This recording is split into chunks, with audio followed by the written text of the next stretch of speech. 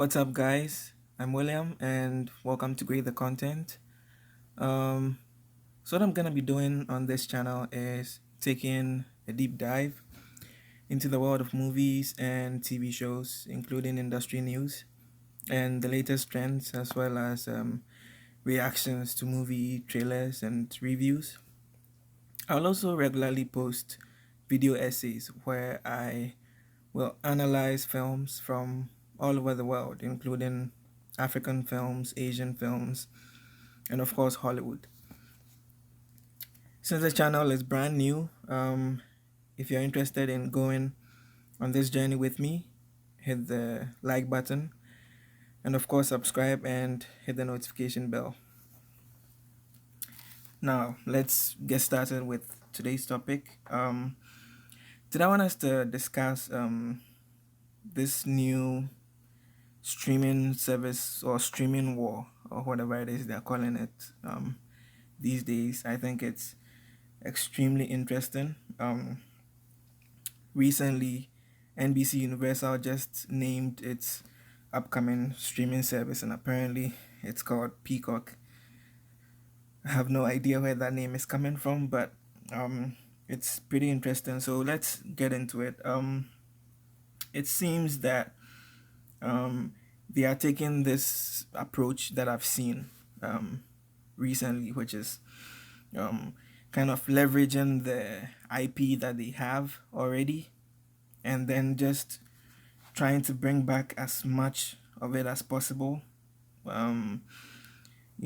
This Disney Plus and, Apple TV Plus kind of have this different strategy to it, but I don't know. I honestly don't think NBC Universal on its own really has that much to offer. I mean, my personal opinion, this is, I don't know, it's gonna be tough because there's so much competition. Recently, with the upspring of the various streaming services, Netflix kind of, took a huge hit, if I'm to say it that way, because basically all of the content that they were kind of taken from other studios and then putting it on their platform for a specific period of time, they kind of lost all of that because all of the other studios are coming up with their own streaming services, which I must say is quite damaging. I mean, Netflix in general, I think made this huge mistake of downplaying their own original content, their own original TV shows and films.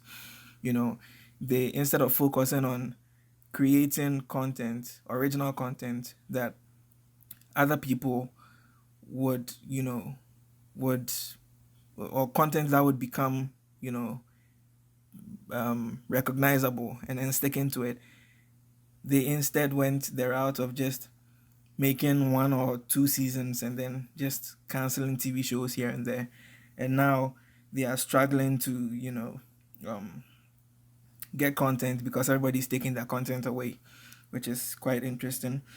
So when we get into this Peacock streaming platform from NBC Universal, so apparently they're just going way back into some of the original IP that they had, and then just trying to bring them back.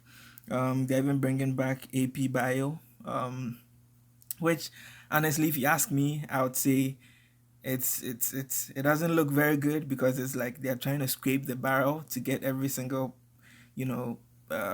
content that they can onto this streaming platform. I think if you are not ready content wise to deliver, things that the audience would pay for, because honestly, there are so many streaming platforms right now, I can't even keep track of them. And so, just looking at this, they're bringing back Battlestar Galactica, as well as a whole slew of shows and um, movies and all that. Honestly, I think they're gonna suffer because of the competition. I mean, Netflix is always gonna remain on top, but at the same time, there there's just so much that Disney Plus and even Apple TV Plus is offering that I think would just blow them out of the competition in the first place.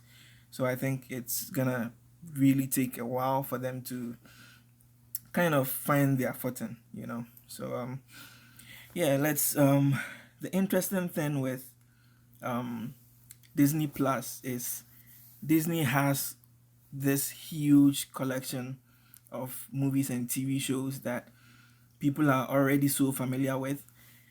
And then they are also coming up with this new original content from Marvel and the Star Wars franchises that I think a lot of people are gonna gravitate towards. And there's a huge factor with price points on this, and the fact that Disney Plus is, you know, kind of bundling this. I mean, just look at this package. It's incredible. They're putting together Disney Plus, ESPN, and Hulu for a low price of $12.99 a month, which is honestly breathtaking. And even though Apple TV Plus is trying to be smart by, you know, um, giving out their streaming service or pricing their streaming service at such a low price, because it's honestly Apple TV is not really that competitive. It's not competitive, just to be blunt, because they barely have anything, you know. The the original contents or the contents they have currently, which they are going to be launching with, I could probably finish in days, you know. I could finish all of that content in days. So it's I really wouldn't pay, even if it's $5, I wouldn't pay $5 just for that. But Disney seems to be, you know, bundling this really great package together that, you know, is just going to be, you know, much more exciting.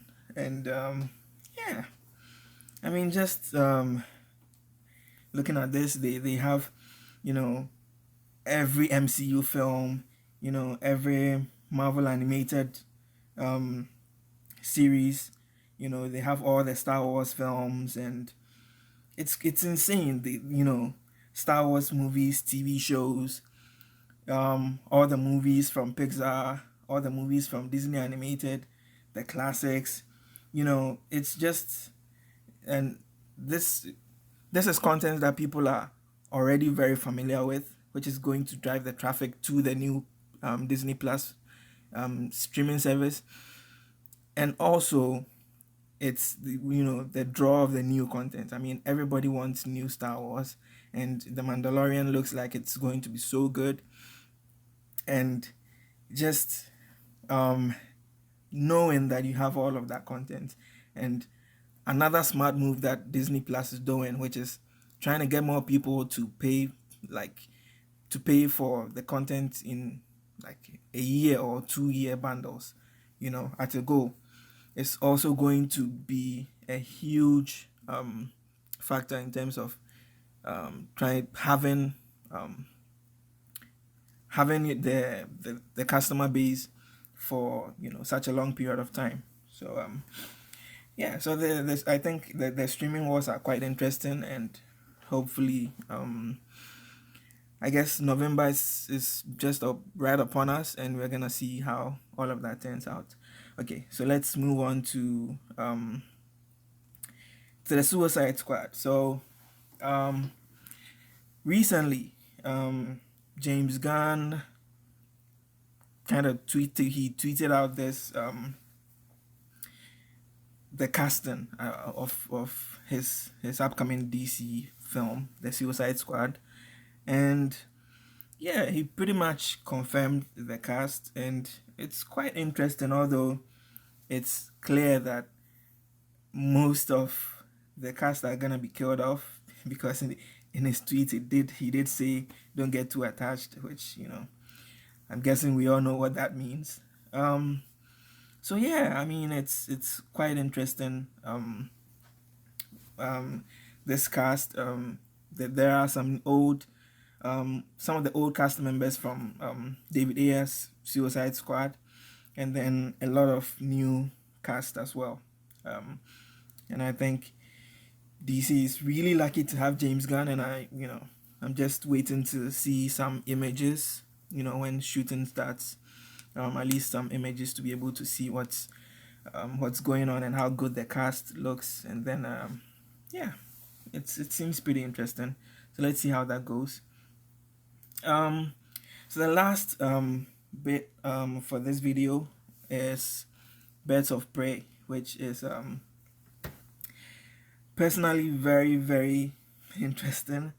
I mean, when I first saw this poster, I don't know, this movie in the first place doesn't really excite me that much. I don't know, I'm not really that much excited with this movie, but I must say this poster does look good. I mean, I don't have a lot of expectations for the film itself, so let's just see. Hopefully, it turns out better than I'm actually expecting. So yeah, and I think Margot Robbie stepping in as a producer.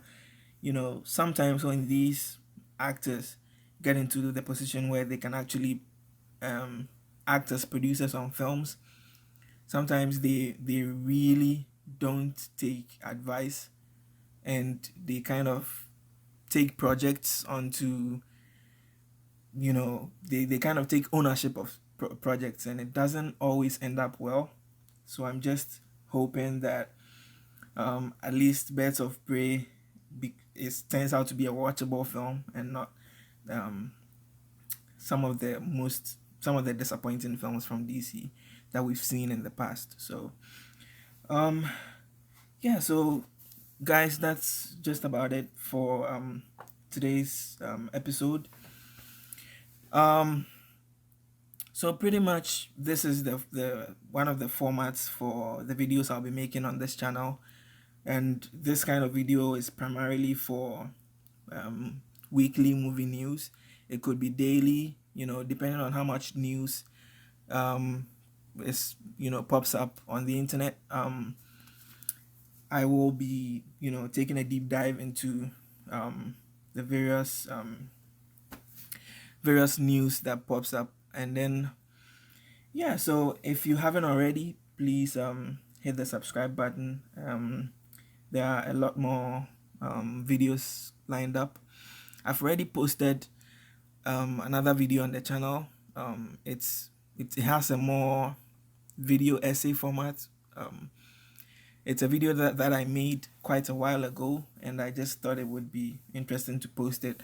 The quality is not very good, but I think it's quite an interesting topic. It's a comparison between Groundhog Day and Edge of Tomorrow.